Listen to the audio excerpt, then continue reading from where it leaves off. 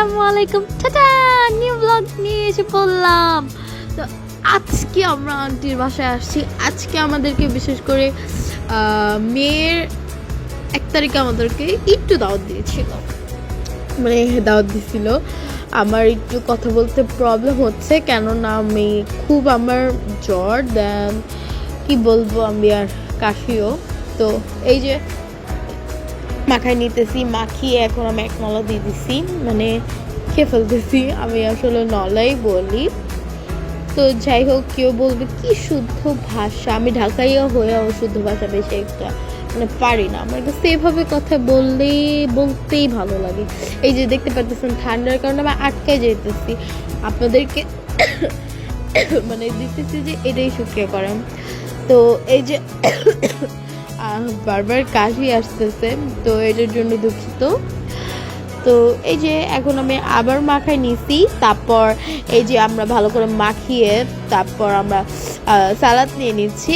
এই যে সালাদটা নিয়ে নিছি। তারপরে বলবেন শুধু একটাই আইটেম। হ্যাঁ, বিরিয়ানি তো একটাই আইটেম হয়, তাহলে কি 14টা আইটেম হয়? তো যাই বলো তাই কাজ।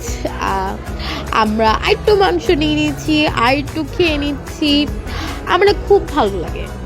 তো এই যে আমরা খেয়ে নিচ্ছি, তারপর এই যে আমরা একটু লেবু চিপড়ে দিচ্ছি, তারপর এই যে আবার একটু মাংস নিচ্ছি, খাচ্ছি। অনেক মজা হচ্ছে, অনেক। গাইস, বিশ্বাস করো, আন্টির হাতের পোলাওটা এত মজা হয়, মানে কাচ্চির মতো, একদম কাচ্চির মতো হয়। কালারটাও খুব সুন্দর। তো এই যে আমি একটু ম্যাঙ্গো জুস নিয়ে নিয়েছি, মানে এটা ট্যাং এরকমই, কিন্তু বাট আমি জানি না। তারপর মজু নিয়ে নিয়েছি, বাট ইসরায়েলের দেখে আমরা এটা খাই না, মানে কোকাকোলাটা খাই না, ছেড়ে দিছি। তো এই যে আমি সবাই বানাইছিলাম, তো আমি বানাইছি। আমরা একটু আন্টির বাসায় আসলে কিছু ট্রাই করি বানানোর। তো এই যে দেখতে পারতেছো, তো আমি এখন এটা খাবো, দেন জানি না কি। তারপর আমরা সন্ধ্যা নাস্তাতে আসি, ভাবি দেখি মোগলাই বানাইছে, তারপর আমি বানাইলাম পাস্তা। আমার হাতের পাস্তাটা তো খুব মজা হয়, সবাই বললো, তার জন্য বানাইলাম। তো এই যে এখন আমরা এই পাস্তাটা খাবো, খুব মজা হয়েছে জানো তোমরা।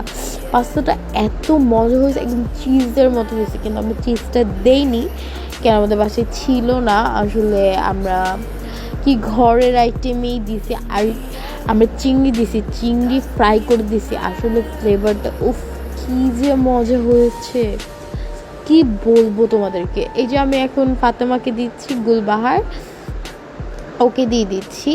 এটা এত মজা ছিল যে আমরা সবাই কারাকারি করছি, মানে অনেকগুলো রান্না করছিলাম। আর আমরা কালকে বলছি না, আমি কালকে আসছিলাম, তো কালকে আমরা আরেকটা বানাইছিলাম, সেটা আমি ছাড়িনি। আর এই দেখো আমার ভাতিজা। আর এই ব্লগটি পছন্দ হলে অবশ্যই লাইক করবে।